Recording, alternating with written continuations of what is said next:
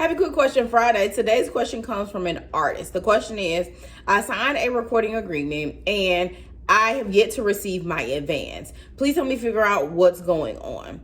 So, caveat this by saying, unfortunately, this artist did not have attorney representation at the time they signed the agreement, i.e. why they are unaware of what is going on. Why I thought this question was important is because of trigger words. So in this particular instance, the trigger word was fully executed agreement. A fully executed agreement means that both parties, the label and the artist, have to have signed the agreement before an advance is even distributed. So with that being said, the artist did not have a fully executed agreement. Therefore, guess what? No advance had yet to be distributed. So when the artist gets that fully executed agreement, then the artist will start to anticipate that the advance should be forthcoming based on the contract terms, okay? Because without the fully executed agreement, technically, we are not yet in a binding commitment. Both parties have to have signed the agreement, even if they're signing in two different parts. So you sign your document, I sign mine,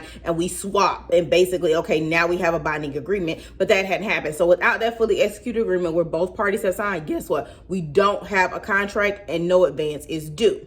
Now, this brings me to another point that I wanted to bring up with you guys is trigger words. A lot of these recording agreements have trigger words. So y'all excuse the thunder because it's about to get real over here. But anyway, the trigger words. So a lot of these contracts have trigger words and conditions. This happens when this happens, or until this happens, this won't happen. Things like that. And not in, of course, in better terminology, but that's essentially what it is. So without those conditions and those triggers, a lot of times artists are left wondering why something isn't happening or why, their album is yet to be considered delivered, all of those things. So you want to have read through those contracts, have an attorney on retainer to be able to explain those things to you so you understand and you don't miss those little caveats and nuances, because really those triggers and conditions are really nuances to the overall agreement. And you want to be able to understand those because those are the things that make or break what you're expecting to happen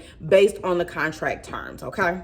Well, I hope that helped. As always, leave your Quick Question Friday questions in the comments below or send them to me in a DM. Hit the link in my bio for a free 10-minute consultation or email us at admin@haylawgroup.com to set up a 1-hour consultation. I'll talk to y'all soon. Have a great Friday. Bye.